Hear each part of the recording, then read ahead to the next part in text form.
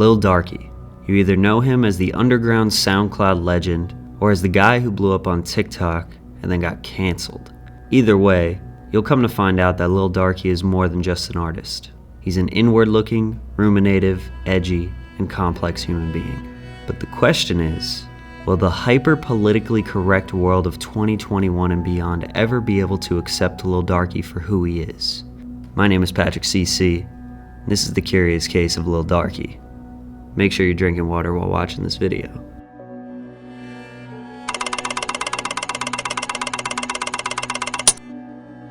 Lil Darkie is a California native, mostly known for his extremely loud music, various cadence switches, and edgy lyrics. Darkie started rapping around the age of 16. He also liked filming and drawing a lot around this age. He said it was a way to cope with a lot of the personal things going on in his life, which is something myself and I'm sure many of you can relate to. I was going through a lot with my family and people and the law. And so I just kind of as a result turned to music as a coping mechanism. He says that rapping was the first thing that he did that people really seemed to like, so he pursued that. Early on, he was inspired by Odd Future, and his first alias was known as Brahmin. So what you trying to say? Pine tree skyline, and if you talking shit, don't hear my line. And if I care about you, I will find time.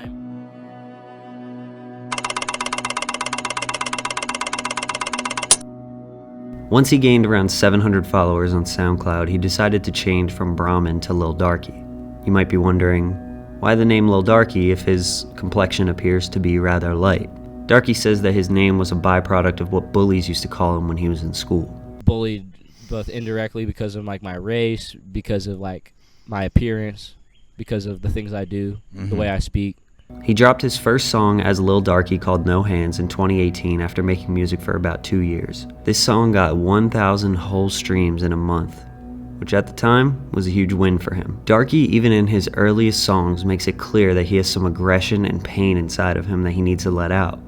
His fans likely use his music as release, to be able to deal with the hardships in their life and feel accepted and like they're not alone.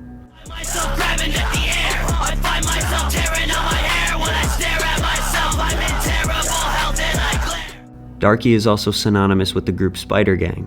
Although I couldn't find the exact origins of the group, it seems like around June of 2018 he linked up with an artist called Wendigo, who was a member of the group. They made a track together, that went well, and they started making music together afterwards. Spider Gang is essentially a collective of artists that like to make music together and like to be associated together, which is pretty common in the upcoming artist world.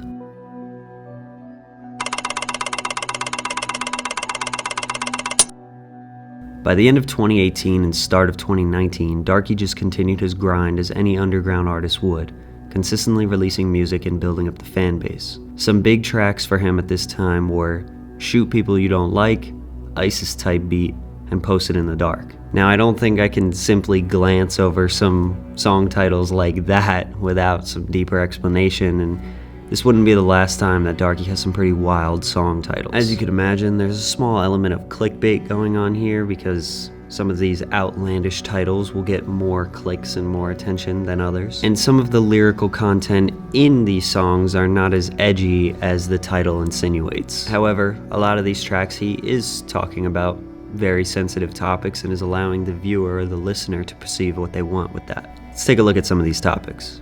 In the song Shoot People You Don't Like, he is bluntly stating for kids to shoot people that they don't like over and over again. And I imagine that this is a satirical way to play on how America glorifies violence. In the song Death Squad, you keep race a thing we trippin' on, but I don't give a damn. Color myself in with Sharpie just because I can. He could be alluding to his drawings and his artwork, which he depicts himself as this character, which I will talk about later in this video. But mainly I think this lyric is referring to how Darkie doesn't believe in race. Darkie doesn't look at color or ethnicity. He just believes that we're all humans. Human people, you think you are your body, you so medieval. I don't believe in color, not on the easel. I'm inside the... In the song Big War, he says, "This land is your land, but now it's my land. I'm very happy that you're in pain. We want your oil under the white sand. we're sending men to put some bullets in your brains. One thing you'll learn about Darkie is that he's very anti-war. One of the themes he's giving in this track is someone who's in the Middle East that's currently being attacked by the USA, because we often don't think of the innocent people that get harmed over there during our wars. In the song Genocide, I'm smoking gas in my chambers like it's the Holocaust. I mean, the message here is not that edgy. He's just talking about smoking weed, but the way he said it, well, you know. And real quick, I would like to touch on his imagery. Darkie depicts himself as this cartoon character that of course gets a lot of criticism. In Darkie's religion, all of his gods are depicted as this dark black color, but Darkie doesn't see it as black, but rather as the absence of color. If in 2019, 2020, whenever you're seeing this, you look at this guy and you still think that that's what a black person looks like, I think you're a racist and you've been brainwashed. And that's why I'm doing this, is so that I can take something that is my culture and is beautiful to me, because in Indian culture, our gods are black skinned.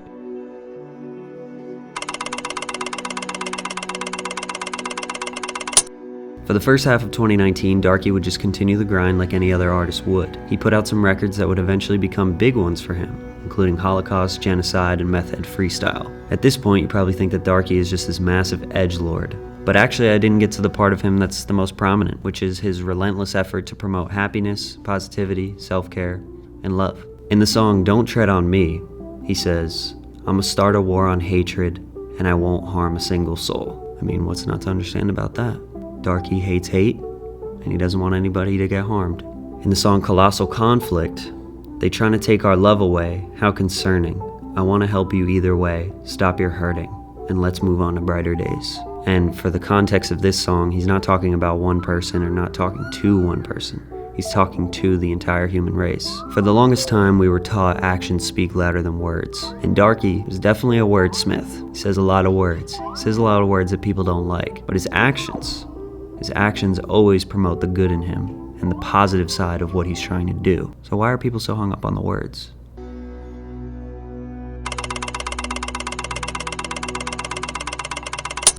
In June of 2019, his Instagram got deleted, and Spotify temporarily removed all of his tracks.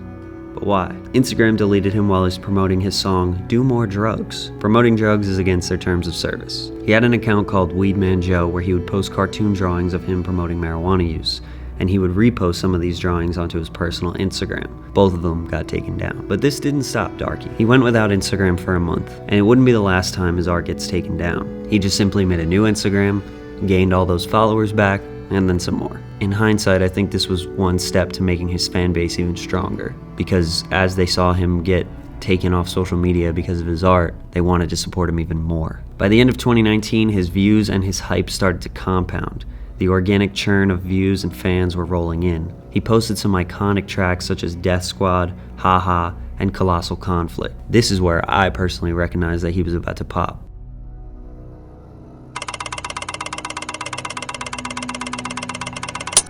But in February 2020, a song of his, and I believe an album, but I'm not 100% sure, got deleted off SoundCloud because his album art had a swastika in it. But it was a Buddhist swastika, which in this culture, the symbol is understood to be one of peace, balance, and unity. When you do your research, you'll find that many different cultures use this symbol all the way back to BC times, and almost all of the time it represents peace, divinity, spirituality, etc. Obviously, people did not care to do this research, and he was forced to change his artwork.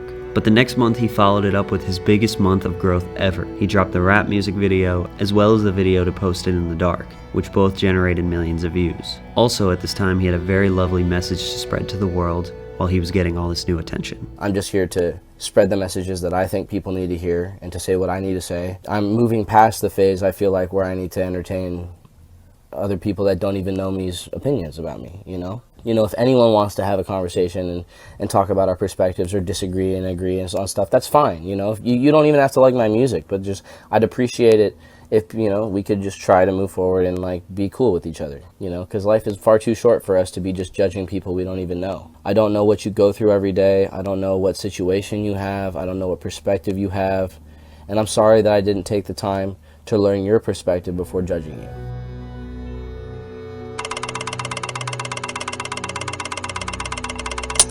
Darkie took a mini break from social media, but he would have to come back in June of 2020, because that's when he really boomed. His song Ha Ha absolutely exploded on TikTok. To this day, it has over 5 million videos using the song. His monthly listeners count on Spotify doubled, and it put him onto a widely larger stage than he ever was before. The main trend on TikTok was essentially people doing their makeup to this track in various creative ways. But of course, with all this new attention, came the TikTok cancel culture wave. They were not very happy that Lil Darkie says various insensitive slurs and talks openly about controversial topics. And as the cancel culture does the best, they blasted a bunch of out of context lyrics and images and everything we discussed in this video without doing any research on him. But he didn't actually get canceled.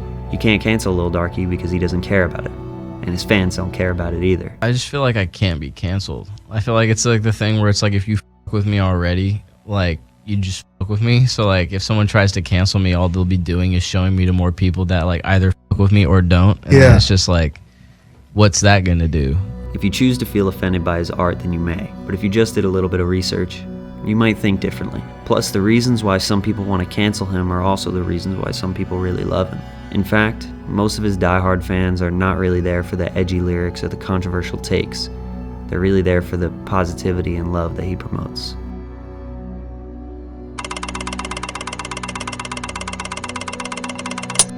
In December of 2020, Darkie sits at 1.4 million monthly listeners on Spotify, 200K on Instagram, and 100K on SoundCloud. He has solidified himself into the SoundCloud Hall of Fame, if there was one, and he will continue to thrive amongst his strong, cult-like fan base.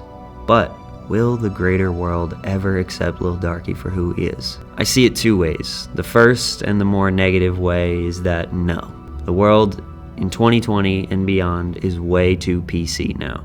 And if he continues to use the language that he does and the lyrics that he does, no company, brand, or organization will ever want to represent him and potentially help him gain a larger audience. And he will only be able to grow as much as he's willing to censor himself. But I know Darkie will never do that. But maybe Darkie will be the leader of the new movement. A movement where people actually learn to do research before making judgments. A movement where people accept others for their different viewpoints and ideas and encourage all unique ways to express themselves. And not simplifying everything down to one word or the one time they did that one thing. Because his music is phenomenal, his talent is immeasurable, and he has the ability to inspire millions and millions of people as long as these platforms allow him to creatively express himself the way that he pleases. But that's just what I think. What do you think?